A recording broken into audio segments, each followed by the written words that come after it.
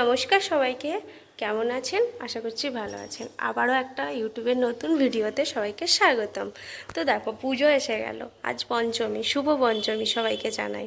তো যাই হোক, সকালবেলাটা শুরু করছি ঘর সাজানো নিয়ে। দেখো, পুজোতে তো আমরা সবাই নানা রকম ড্রেস পরবো, নিজেরা সাজুগুজু করব। আমার কাছে মনে হয় নিজের সাজার থেকে ভালো আগে ঘর সাজানো। তাই আমি আমার মতন করে ঘরটা সাজানোর চেষ্টা করলাম, সেটাই একটুখানি তোমাদের সামনে তুলে ধরছি। তো দেখতে থাকো। এখানে দেখো কেমনভাবে সাজিয়েছি। ভালো লাগলে অবশ্যই পাশে থাকবেন, লাইক কমেন্ট করবেন, নতুন থাকলে চ্যানেলটা সাবস্ক্রাইব করবেন। এদিকে দেখো, আমার সোনামা কেমন ছোট্ট ছিল তখন। এই যে নাড়ামুন্ডু করেছি, তখন ওর চুল দেওয়া হয়েছিল। এই যে তখনকার ফটো এটা।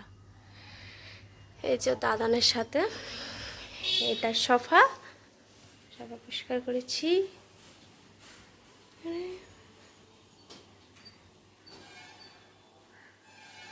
এদিকে টেবিলে, এদিকে আছে আমার কম্পিউটার, এখানেও আছে আমার ঠাকুর লক্ষ্মী গণেশ আছে। এটার একটা সুন্দর দারুণ সিস্টেম আছে, চলুন আপনাদেরকে দেখাই। দাঁড়ান এক মিনিট, দাঁড়ান, দেখুন খুব সুন্দর না?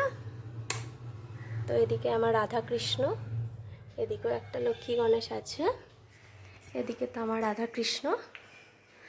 কেমন হয়েছে গুছানোটা একটু বলবেন কমেন্টে। এদিকে আমার ছোট টি টেবিলটা আমার এখানেই রাখা ছিল। তো যাই হোক, মেয়ের কারণে আমাকে এখানে সরিয়ে দিতে হয়েছে। বাচ্চা মেয়ে নিয়ে থাকা, বুঝতেই পারছেন।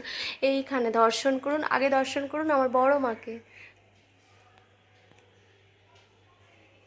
তারপর এই যে সব গুছানো, আমি আমার মতন করে গুছানোর চেষ্টা করছি, সেটাই একটুখানি তুলে ধরার চেষ্টা করলাম। এটা হচ্ছে আমার বেডরুম। চলো বেডরুমটা দেখা। এখানে টিভি আছে, কলিংটা এখানেই রাখা আছে যেহেতু গুছাচ্ছিলাম। বেডটাও ক্লিন করে নতুন চাদর, মানে নতুন বেড কভার পেতে দিয়েছি। সব কিছুই নতুন আজকে দিলাম, পর্দার থেকে শুরু করে। থেকে আমার ঠাকুর, আমার গোপু সোনা, সবই নতুন লাগিয়েছি। ওইখানেও দেখুন দুটো ফলদানি লাগিয়েছি। এদিকে তো আমার ড্রেসিং টেবিল, এটা একটা আলমারি নতুন নিয়েছি। এটাই এই ভিডিও তো আপনাদের ইউটিউবে ছাড়াই আছে। যেমনটা দেখুন আমাদের সোনামা, এটাও অনেক ছোটোবেলার। এটা আমার বেডরুম। সাজানোটা কেমন হয়েছে প্লিজ একটু বলুন। এবারে চলে আসছি সরাসরি বেসিংয়ের কাছে। এবার আমি চলে যাচ্ছি আমার শাশুড়ি মার বেডরুমে।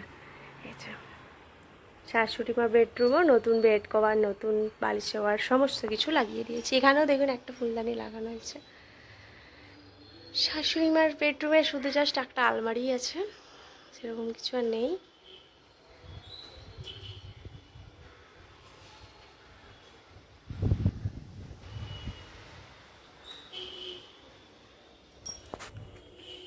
কেমন হয়েছে কমেন্টে সবাই জানাবেন।